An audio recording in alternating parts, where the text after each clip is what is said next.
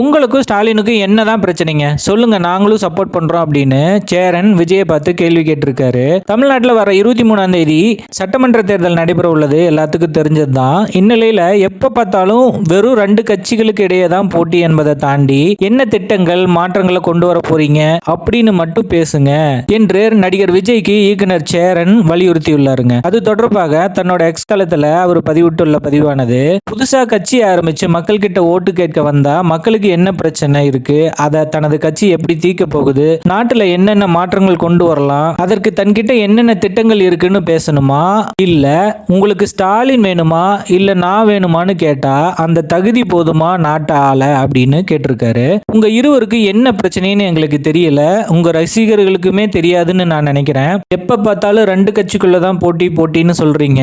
அப்படி என்ன உங்களுக்கு திமுக மேல கோபம்னு எங்களுக்கும் சொல்லுங்க விஜய், நாங்களும் சப்போர்ட் பண்றோம். சொல்லாம நீங்க மட்டும் சினிமா டயலாக் பேசினா ஏன் ஓட்டு போடணும்னு மக்கள் கேட்குறாங்கல்ல.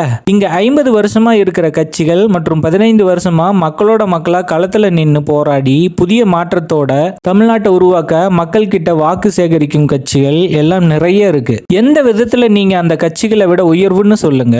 எந்த போராட்டத்துல மக்களுக்காக மக்கள் கூட நின்று இருக்கீங்க? உழைப்ப முதல்ல மதிங்க.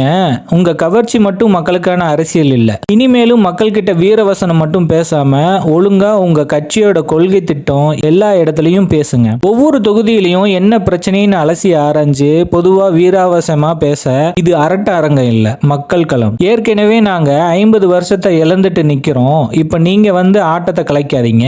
மறுபடியும் மக்கள் பிரச்சனை உணராத முதலமைச்சர் எங்களுக்கு வேண்டவே வேண்டாம். மக்களோடு மக்களா நின்று எங்கள் இளைய தலைமுறையை வழிநடத்தும் தலைமையே எங்களுக்கு வேணும் அப்படின்னு எக்ஸ் தளத்துல குறிப்பிட்டிருக்காரு. சேரனோட இந்த கருத்தை பத்தி உங்களோட கருத்து என்னங்கிறத பதிவிடுங்க. நன்றி.